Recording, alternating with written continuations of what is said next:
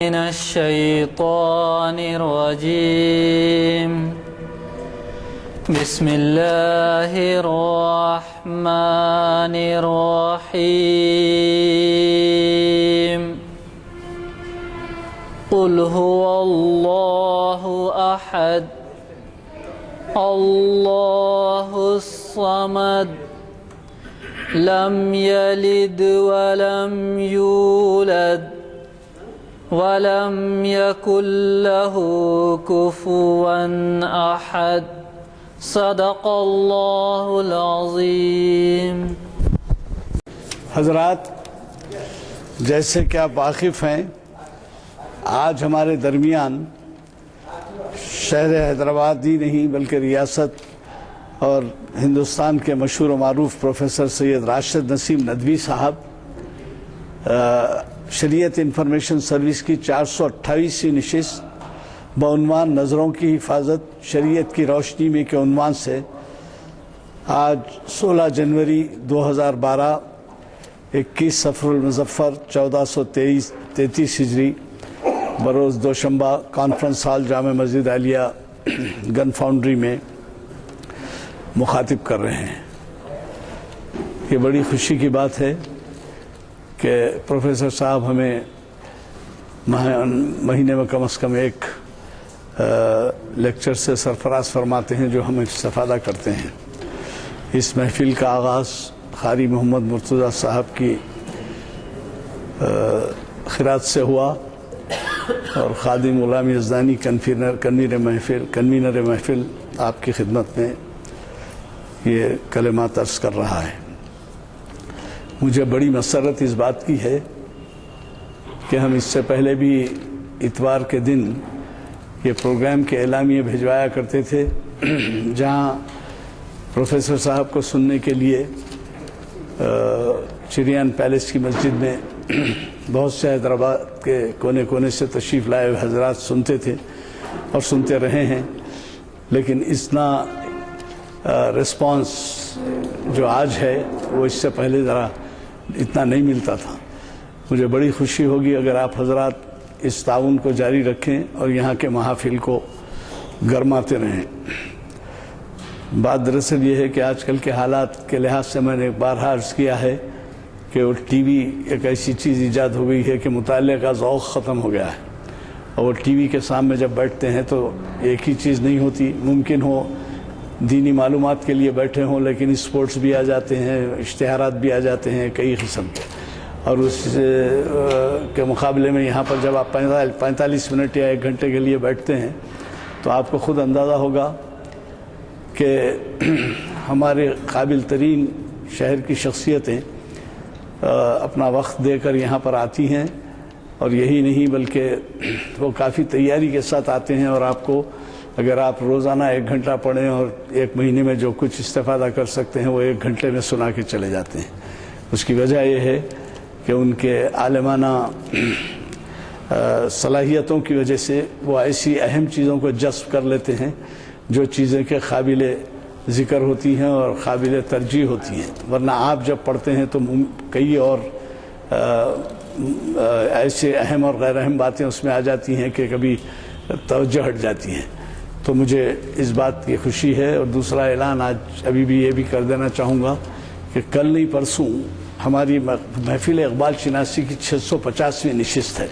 جن اصحاب کو یہ بلیٹن نہ ملے ہوں لے لیں، یہ بلیٹن ہیں ابھی بھی تقسیم کے قابل ہیں، آپ لیتے ہوئے جائیں۔ تو یہ 650ویں نشست کے بارے میں بھی کچھ عرض کر دوں کہ ہر سال 45 نشستیں ہوتی ہیں اوسطاً، کیونکہ رمضان کے مہینے میں نہیں ہوتی اور کبھی عید برات آ جائے، تہوار آ جائے، یا کبھی پچھلے دنوں میں کرفیو کا بھی وہ تھا، تو وہ الگ بات ہے، ورنہ 45 سے آپ 650 کو تقسیم کیجئے تو آپ کو اندازہ ہوگا کہ کون سا سال ہے یہ، 14واں 15واں سال ہے اقبال شناسی کی محفل کا۔ اور آج ہمارے 3 محافل جو چل رہے ہیں اس میں آغاز سب سے پہلے محفل اقبال شناسی کا ہوا تھا۔ اس میں 2 بہت ہی غیر معمولی اہم شخصیتیں، ایک تو مستر مجاز ہیں جو اقبال کے کلام کا فارسی ترجمہ کیے ہیں، اور دوسرے ہیں پروفیسر ضیاء الدین شکیب، لندن بیسڈ ہیں یہ، اور یہ کل نہیں پرسوں اسی جگہ پہ چہارشنبے کے دن آپ کو مخاطب کریں گے۔ دونوں کے علیحدہ علیحدہ عنوان ہیں۔ ایک کا عنوان ہے جاوید نامہ مختصر تعارف، اور ضیاء الدین شکر صاحب نے بھی آج ہی عنوان لکھایا، پریس کو بھی چلا گیا، کل اخباروں میں بھی رہے گا۔ یہ اقبال کے یہاں آرزو کا تصور۔ تو مجھے بڑی خوشی ہے کہ آج کی محفل میں کافی دلچسپی دکھائی جا رہی ہے۔ اسی طرح سے آپ چہارشنبے کے دن بھی، لیکن چہارشنبے کے دن فرق یہ ہوگا کہ عصر سے عشاء تک چلے گی، تو عصر سے مغرب تک ایک مخاطب کریں گے، مغرب کے بعد سے ضیاء الدین شکیب مخاطب کریں گے۔ اب ظاہر ہے کہ عشاء سے کچھ قبل محفل برخاست ہوگی، اور اس میں جو ہے اہم عنوانات ہے، اور ہمارے لیے سنگ میل ہے 650ویں نشست جو مسلسل ہوتے رہے ہیں اور کبھی بھی ناغہ نہیں ہوا ہے اس کے اندر۔ میں پروفیسر صاحب سے گزارش کروں گا کہ وہ شہ نشین پر تشریف لائیں اور ہمیں مخاطب کریں۔ اور آخری میں ایک بات کہہ کے میں اپنی جگہ لیتا ہوں کہ میں نے ابھی حال میں مہینے دو مہینے پہلے چریان پیلیس کی مسجد میں آپ کی اجازت سے، مولانا کی اجازت سے، دو چار کلمات آپ کی خدمت میں عرض کیے تھے کہ آپ تو ان کے خیالات سے، ان کی صلاحیتوں سے استفادہ کرتے ہیں مسجد کی چودیواری میں، جو ہم بھی کیا کرتے تھے، لیکن ہمارے شائخین نے یہ کیا کہ اس چودیواری کے اندر ہونے والی ایکٹیویٹی کو، اس کارکردگی کو وہ دنیا کی نظروں میں پیش کر دیا۔ چنانچہ آپ یہ دیکھ رہے ہیں اس وقت ہمارے سامنے ویب سائٹ کا ارینجمنٹ ہے۔ تو مولانا کے خطاب ویسے ہمارے ہاں اخباروں میں جب رپورٹ کیے جاتے ہیں تو بڑے نمایاں شائع کیے جاتے ہیں، کیونکہ اس میں اہمیت ہوتی ہے اور وہ اس کی صحافتی زبان میں نیوز ویلیو ہوتی ہے، تو اس وجہ سے اس کو نمایاں طور پہ شائع کیا جاتا ہے۔ میں یہ عرض کیا تھا وہاں پر کہ اگر وہاں پر بھی دلچسپی دکھائی جائے تو کئی ایسے لوگ ہوں گے جو دنیا کے کونے کونے میں بیٹھ کے مولانا کے خیالات سے استفادہ کر سکیں گے۔ میرے خیال میں اس جانب آپ حضرات کی توجہ کی ضرورت ہے۔ جو حضرات وہاں یہ ارینجمنٹ کر سکتے ہیں وہ کریں، تو یہی نہیں بلکہ وہ چودیواری میں تک جو نہ پہنچ سکیں وہ گھروں میں بیٹھ کے بھی جو ہے اس سے استفادہ کریں گے، اور یہی نہیں بلکہ ساری دنیا میں وہ اس کا استفادہ ہوگا۔ تو میں یقین رکھتا ہوں کہ آپ حضرات توجہ دیں گے، کیونکہ وہاں پر آنے والے یہاں پہ اندازہ نہیں ہے بعض لوگوں کو کہ کافی دور دور سے آتے ہیں، اور کئی لوگ کارس میں آتے ہیں اور ٹیمز بنا کے آتے ہیں اور اپنے مسائل پوچھتے ہیں۔ ہر اتوار پابندی سے ہوتا ہے مولانا کا خطاب وہاں پر۔ تو مجھے قوی توقع ہے کہ جو حضرات اہل ثروت ہیں یا جو متمول ہیں اس جانب توجہ فرمائیں گے، کیونکہ وہ بھی ایک بہت بڑا تبلیغ کا ذریعہ ہے جو آج کے دور میں۔ اور پھر یہ ہوتا ہے کہ ان کا ایک سوال جواب کا بھی سیشن ہوتا ہے، ہمارے ہاں بھی ہے، آپ سوال جواب کر سکتے ہیں، لیکن ایک سوال جواب کا سیشن مسجد کے مین مقام سے ہٹ کے دیوار کے باہر بیٹھتے ہیں، وہ دیکھا میں، اور کئی لوگ اپنے مسائل حل کرتے ہیں، جو بہت ہی بڑے استفادے کی بات ہے۔ اور اس دور میں یعنی ایسے مسائل میں رہنمائی ایک بہت بڑی چیز ہے، اور ایک تاریخی اہمیت کا اجتماع ہے وہاں پر۔ میں یقین رکھتا ہوں کہ میری باتوں کی طرف توجہ کی جائے گی۔ الحمدللہ رب العالمین، والصلاة والسلام علی سید المرسلین وعلی آلہ واصحابہ اجمعین، اما بعد، فقد قال اللہ تبارک و تعالی فی القرآن المجید والفرقان الحمید، اعوذ باللہ من الشیطان الرجیم، بسم اللہ الرحمن الرحیم، ان السمع والبصر والفؤاد کل اولئک کان عنہ مسئولا، صدق اللہ العظیم۔ بزرگوں اور دوستو، جیسے ابھی آپ کے سامنے ایڈوکیٹ صاحب نے تذکرہ کیا کہ آج کی گفتگو کا محور ہے نظروں کی حفاظت شریعت کی روشنی میں۔ نظر اللہ تعالیٰ کی جانب سے ملنے والی ایک عظیم الشان نعمت ہے۔ سب سے پہلی بات بطور تمہید آپ کی خدمت میں یہی قرآن پاک کے حوالے سے رکھنا چاہوں گا کہ اللہ تعالیٰ نے اپنے کلام پاک میں فرمایا ان السمع والبصر والفؤاد کل اولئک کان عنہ مسئولا، بے شک سننے کی صلاحیت، والبصر دیکھنے کی صلاحیت، والفؤاد سینے میں دھڑکتا ہوا دل، کل اولئک کان عنہ مسئولا، ان سب کے بارے میں تم سے قیامت کے دن سوال ہوگا کہ اللہ تعالیٰ کی ان عظیم الشان نعمتوں کو تم نے کہاں استعمال کیا۔ یہ جو نگاہوں کا معاملہ ہے، آنکھیں جب اپنا کام کرتی ہیں تو ایک منظر جو نظر آتا ہے، اس کے پیچھے اللہ تعالیٰ کی جو قدرت نمایاں ہوتی ہے، اس کی کاریگری، اس کا حسن انتظام، کہ آپ غور کریں، معلومات کریں تو آپ حیران ہو جائیں گے۔ ریٹینا کا کام اور آنکھوں کے دیکھنے کا کام، پھر سب کچھ نروس سسٹم کے ذریعے سے دماغ تک پہنچنا، یہ میسیج جس تیزی کے ساتھ پہنچتا ہے اس کی تیزی، میموری سیل جن کو محفوظ کر لیتے ہیں، وہ محفوظ کرنے کا عمل، یہ سب کچھ وہ نعمتیں ہیں کہ اس میں بال برابر اگر خامی، خلل، ڈسٹرب ہو جائے تو یہ دیکھنے کی صلاحیت اور یہ نظر کے کرشمے، یہ سب کچھ پھر بیکار ہو جاتے ہیں۔ عجیب عجیب بیماریاں ہیں۔ نگاہوں کی کمزوری ایک بیماری ہے۔ ایک بیماری یہ ہے کہ انسان رنگوں کے درمیان امتیاز نہ کر سکے۔ ایک بیماری یہ ہے کہ اتفاقاً ڈاکٹر صاحب بیٹھے ہوئے ہیں، وہ مجھ سے کہیں زیادہ جاندار انداز میں وضاحت کر سکتے ہیں کہ رات میں آدمی نہیں دیکھ پاتا، دن میں ٹھیک ہے دیکھ رہا ہے، رات میں نہیں دیکھ رہا ہے۔ تو کیسی کیسی بیماریاں ہیں جو لاحق ہو سکتی ہیں۔ اور پھر آخری درجے کی بات کہ اگر پروردگار عالم کا حکم ہو اور بصارت اگر چھین لی جائے، انسان کو نابینا کر دیا جائے، تو اس کی دنیا ایسی بے رونق اور اندھیری ہو جاتی ہے جس میں اس کے لیے کوئی حسن باقی نہیں رہ جاتا۔ تو جب اللہ تعالیٰ نے یہ نگاہیں عنایت فرمائی، دیکھنے کی صلاحیت عنایت فرمائی، اور نظروں کو کام میں لانے کی اس نے ہم کو مہلت دی، تو پھر اس پر اس کی شکر گزاری ہونی چاہیے۔ اور شکر گزاری کیا ہے؟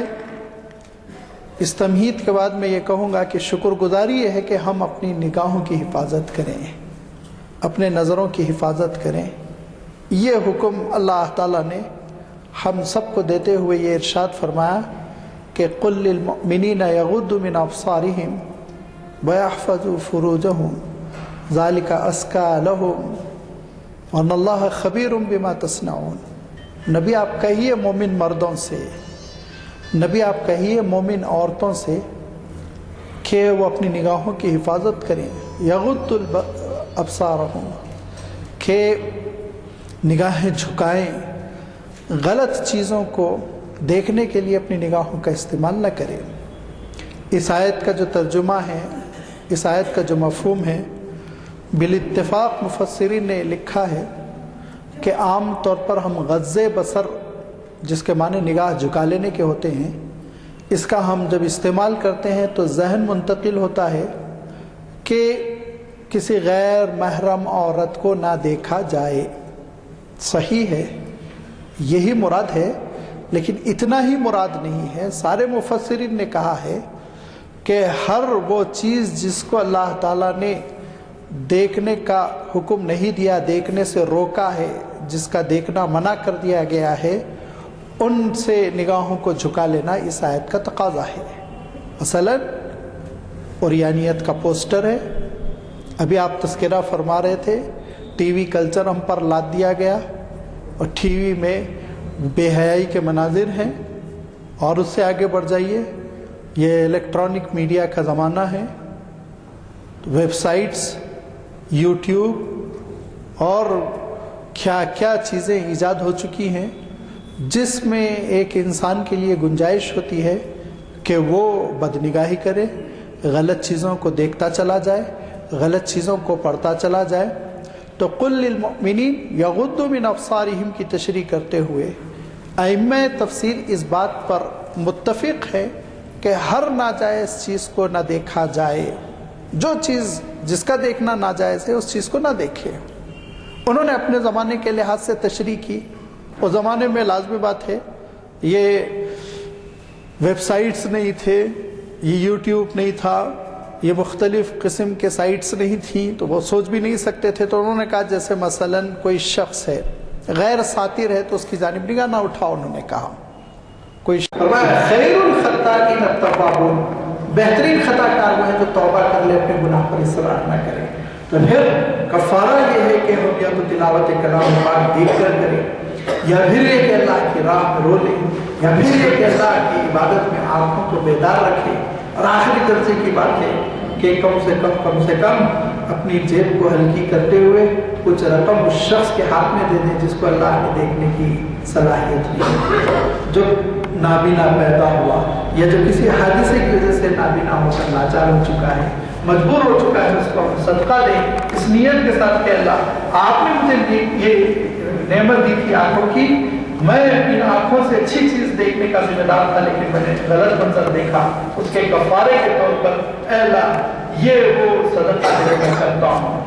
تو اللہ تعالیٰ ارشاد فرماتا ہے قل للمؤمنین، نبی آپ اعلان کیجئے اہل ایمان میں یغضوا من ابصارہم، نگاہوں کو قابو میں رکھیں، غلط چیز نہ دیکھیں۔ غلط چیز دیکھیں گے تو پھر اس بات کا امکان ہے کہ غلط نتیجے تک پہنچیں گے، لہذا اس غلط نتیجے سے بھی اپنے آپ کو روک کے یحفظوا فروجہم، کہ زنا کے ارتکاب سے اپنے دامن کی حفاظت کریں، ذالک ازکی لہم، یہ ان کے لیے بہت بہتر ہے، پاکیزہ ہے، صاف ستھرا ہے، اچھا ہے۔ اور یاد رکھو کہ ان اللہ خبیر بما تصنعون، اس کی نگاہ کبھی جھپکتی نہیں ہے، اس کی نگاہ کبھی غلطی نہیں کرتی، اس کی نگاہ سے کوئی چیز محفوظ نہیں ہوتی، وہ تو تم کو دیکھ رہا ہے، وہ باخبر ہے تم کیا کچھ کر رہے ہو، تمہاری ساری ایکٹیویٹیز سے وہ باخبر ہے۔ بہت ممکن ہے آپ کا ایک ساتھی جو آپ کے پہلو میں بیٹھے، آپ کا ایسا ہمنشین جو ہمیشہ آپ کے ساتھ رہے، وہ آپ کی نگاہوں کی کرتوتوں کو نہ دیکھ سکے، اس کی نگاہ میں چھپک جائے، لیکن نعوذ باللہ اللہ کی نگاہ میں نہیں چھپک سکتی، اس کی نگاہوں سے کوئی چیز مخفی نہیں رہ سکتی۔ حضور اکرم صلی اللہ علیہ وسلم نے نگاہوں کا کیا تصور دیا کہ ایک مجلس میں بیٹھے ہوئے ہیں، مجلس بھی کیسے فتح مکہ ہو چکا ہے، فتح مکہ کے موقع پر عام اعلان ہوا اليوم یوم المرحمہ، اليوم یوم المرحمہ، آج رحمتوں کا دن ہے، سب کو معاف کر دیا جائے۔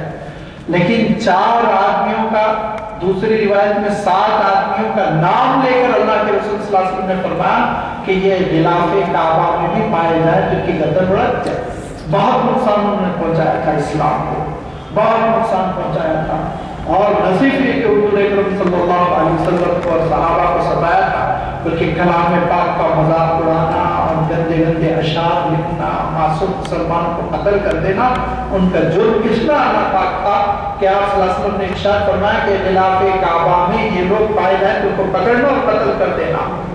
انہی میں ایک صاحب حضرت عثمان رضی اللہ تعالیٰ عنہ کے پاس پہنچ گئے اور کہا مجھے کسی طرح بچائیے۔ انہی میں ایک کرما تھے جو بھاگ گئے تھے، بعد میں واپس آئے اور اسلام قبول کیا، ان کو بھی امان مل گئی۔ تو رحمت للعالمین کے پاس تو امان ہی امان تھی، رحمتیں ہی رحمتیں تھی۔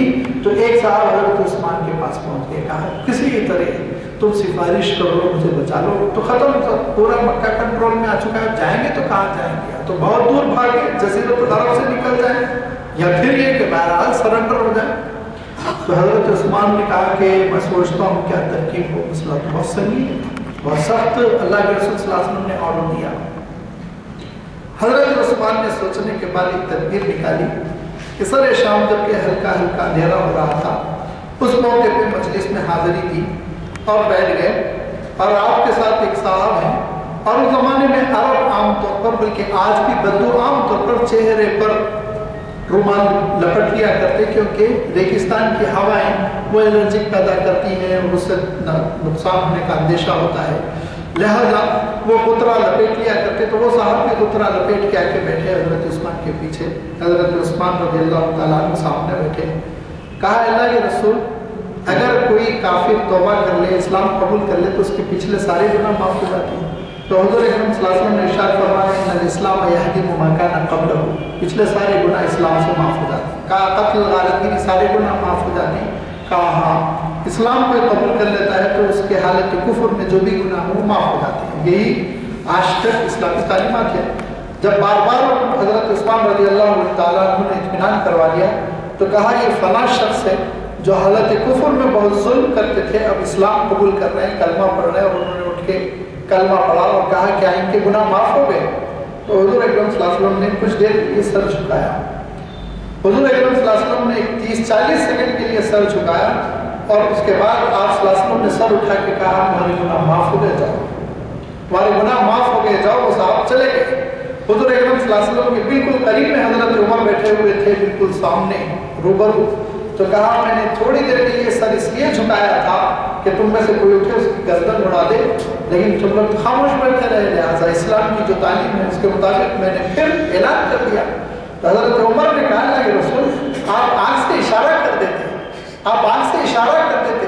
تو حضور اکرم صلی اللہ علیہ وسلم نے فرمایا خدا کی قسم نبی کے لیے مناسب نہیں کہ نگاہوں میں خیانت کرے، ان اللہ یعلم خائنۃ الاعین وما تخفی الصدور، جو کچھ سینوں میں لوگ چھپا کے رکھتے ہیں اور بدنگاہی کرتے ہیں، نگاہوں کے اشارے کرتے ہیں، نگاہوں سے خیانت کرتے ہیں، نگاہوں سے میسج پاس کر لیتے ہیں، کسی اور کو خبر ہو نہ ہو اللہ کو خبر ہوتی ہے، اللہ کو خبر ہوتی ہے، وہ گرفت کرتا ہے، وہ پکڑ کرتا ہے۔ لہذا آنکھوں کی حفاظت کے سلسلے میں ایک مسلمان کو بہت محتاط ہونا چاہیے۔ اس گناہ سے دوسرا کوئی واقف نہیں ہوتا سوائے اللہ کے، وہ راست واقف ہوتا ہے۔ لہذا نگاہوں کا استعمال بالکل صحیح ہونا چاہیے، اور اگر نگاہیں خطا کر جائیں تو پھر اس کے ازالے کی فکر کرنی چاہیے، توبہ کے ذریعے سے گڑ گڑا کر، رو کر، آنسو بہا کر، صدقہ دے کر، قرآن پاک کی تلاوت کرتے ہوئے، اللہ کی یاد میں راتوں کو نگاہوں کو بیدار رکھتے ہوئے کسی بھی طریقے سے بہر صورت ازالہ ہونا چاہیے، کفارہ ادا ہونا چاہیے، ورنہ قیامت کے دن جب اللہ تعالیٰ نام اعمال کو پیش کرے گا اور سینکڑوں لاکھوں ممکن ہے کروڑوں بدنگاہیوں کے گناہ لکھے ہوئے ہوں گے تو برسر عام جو شرمندگی ہوگی اس کا آپ اندازہ کر لیں۔ لہذا اللہ کی اس عظیم الشان نعمت کو طاعتوں میں استعمال کرتے ہوئے، اس کی حفاظت کرتے ہوئے بدنگاہی سے احتیاط کرنا چاہیے۔ وآخر دعوانا ان الحمد للہ رب العالمین۔ کوئی صاحب کچھ سوال جو آپ سوال کرنا چاہتے ہیں؟ حضرات، ایسے عنوانات سے سننے کا موقع کم ملتا ہے اور اس کا زیادہ سے زیادہ استفادہ ہونا چاہیے۔ مجھے چند اشعار جو حیدرآباد کے ایک مشہور قوال اپنی قوالی میں سنایا کرتے تھے، عزیز قوال: نظر اونچی کی تو دعا بن گئی، نظر نیچی کی تو حیا بن گئی، نظر پھیر لی تو خزاں بن گئی۔ نظر کی اہمیت ہے۔ اور پھر دوسری یہ کہ آپ حضرات میں بہت کم وہ دور دیکھے ہوں گے کیونکہ اوسط عمر یہاں کی حاضرین کی 40-50 سے کم نہیں ہے، اور نوجوانوں کو اللہ تعالیٰ توفیق دے کہ وہ ایسی محفلوں میں شرکت کریں۔ ہم بچپن میں جب سنیما دیکھنے جاتے تھے جس میں اجازت شامل ہوتی تھی اولیاء کی، یعنی والدین کی، ولی کی، تو اس میں یہ ہوتا تھا کہ آپ تعجب کریں گے کہ سنیما میں فلم روک دیا جاتا تھا یہ کہہ کہ وقفہ برائے نماز، اور نماز کے لیے سب ہال سے باہر جو لوگ نمازی ہوتے تھے وہ جا کے صفیں بناتے تھے سائیکل اسٹینڈ کے پاس یا پیشاب خانوں کے پاس، اور پھر جیسے وقفے کا وقت ختم ہوتا پھر آ کے بیٹھ جاتے اور وہ سنیما دیکھتے۔ یہ مجھے ایسے حضرات کو بتانے کی ضرورت نہیں ہے جو اس میں شریک رہے ہوں، چنانچہ ہم بھی خود ایسے منظر دیکھے ہیں اور نماز میں شریک ہوئے یا کبھی نماز میں شریک نہیں ہوئے۔ تو اب اندازہ لگائیے کہ کس قدر جہالت تھی کہ نظروں کا استعمال ہم کس طریقے سے کرتے تھے. اور اس لیے آج کا جو خطاب ہے وہ ہمارے لیے کتنا استفادے کا باعث ہے. دوسرے یہ کہ آپ آج کے اس اجتماع میں دیکھ رہے ہوں گے کہ نوجوانوں کی کمی ہے، اور نوجوانوں کو آپ اخبار میں دیکھیے تو وہ جو ہے یا تو چوری کے الزام میں یا قتل و خون غارت گری کے سرقے کے ایسے عنوان میں آپ کو برابر اخبارات میں جو ہے یہ اطلاعیں ملتے رہیں گی کہ وہ لوگ جو ہیں اس قسم کے جرائم میں مبتلا ہو رہے ہیں. تو آپ آج کے اس اجتماع سے فائدہ اٹھاتے ہوئے کوشش کیجئے کہ نوجوانوں کو زیادہ سے زیادہ اس جانب راغب کریں، کیونکہ ظاہر ہے کہ ان کو جب تک صحیح رہنمائی نہ ملے، اور پھر اس کی ذمہ داری بھی اولیاء پہ ہے، والدین پہ ہے. پرسوں کے پروگرام کے بارے میں یہ کہوں گا، میں ابھی آپ سے میں نے ذکر کیا، بعض حضرات زیر سے آئے. چہارشنبے کے دن جو ہمارا اقبال شناسی کا پروگرام ہے وہ اثر تا مغرب ہے، اثر تا عشاء ہے، اور دو قابل ترین شخصیتیں اور نامور شخصیتیں، ایک حیدرآباد کے اور دوسرے لندن سے آئے ہوئے پروفیسر شکیب، ضیاء الدین احمد شکیب، جو اقبالیت کے ماہر سمجھے آتے ہیں، وہ دونوں مخاطب کر رہے ہیں اور بڑے اہم عنوانات سے مخاطب کر رہے ہیں. تو اس میں لیڈیز کا بھی انتظام ہے، وہ بھی شرکت کر سکتے ہیں.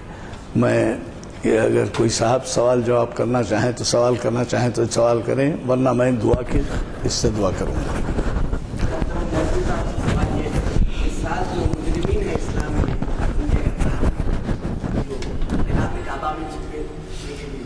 ان کے نام مجھے پوری طرح یاد نہیں ہے، ان کے نام یاد نہیں ہے، تاریخ کی کتاب میں دیکھ کے بتانا پڑے گا. وعلیکم السلام.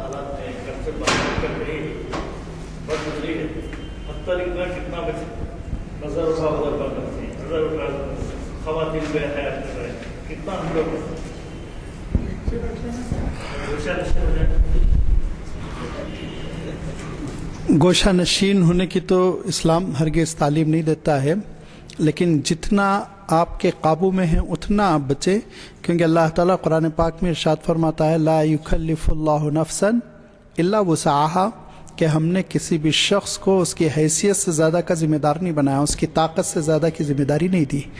آپ اپنی پوری طاقت لگائیں، اللہ تعالیٰ اپنی جانب سے اس کو تکمیل تک پہنچائے گا.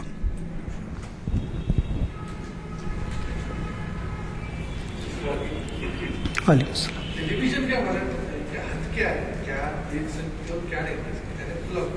سیریلس دیکھ سکتے ہیں، اسپورٹس دیکھ سکتے ہیں، نیوز دیکھ سکتے ہیں، کچھ بھی نہیں. اس کا جواب میں حضور اکرم صلی اللہ علیہ وسلم کے ایک ارشاد سے دوں گا. حضور اکرم صلی اللہ علیہ وسلم سے ایسے ہی جزویات کے سوال کیے گئے تو آپ نے فرمایا استفتی قلبک، اپنے دل سے فتویٰ لو، تمہارا دل ضمیر جس پر مطمئن ہے دیکھیے، جب ضمیر لعنت و ملامت کرے تو اٹھ جائیے.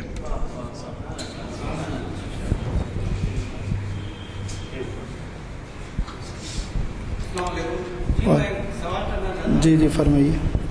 جب کوئی بری چیز دیکھنے کے بعد فوراً اللہ تعالیٰ گناہ لکھ دیتے ہیں یا فوراً معاف کر دیتے ہیں؟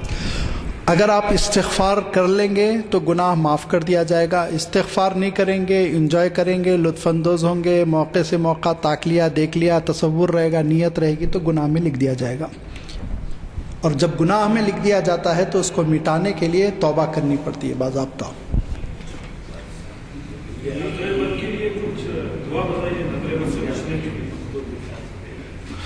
نظر بد سے بچنے کے لیے کوئی ایسی خاص دعا تو نہیں ہے، لیکن ایسے موقعوں پر زیادہ تر لا حول ولا قوت الا باللہ العلی العظیم پڑھنے کا حکم ہے.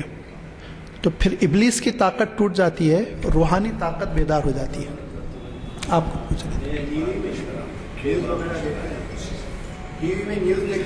جی ابھی یہ سوال ہو چکا ہے، آپ نیوز دیکھ سکتے ہیں، آپ نیوز دیکھ سکتے ہیں، لیکن اگر نیوز میں کوئی ایسی بربادی کا منظر دکھایا جا رہا ہے، بے حیائی کا، جو اخلاق سوز ہے، تو پھر آپ یا تو چینل بدل دیجئے یا اٹھ جائیے.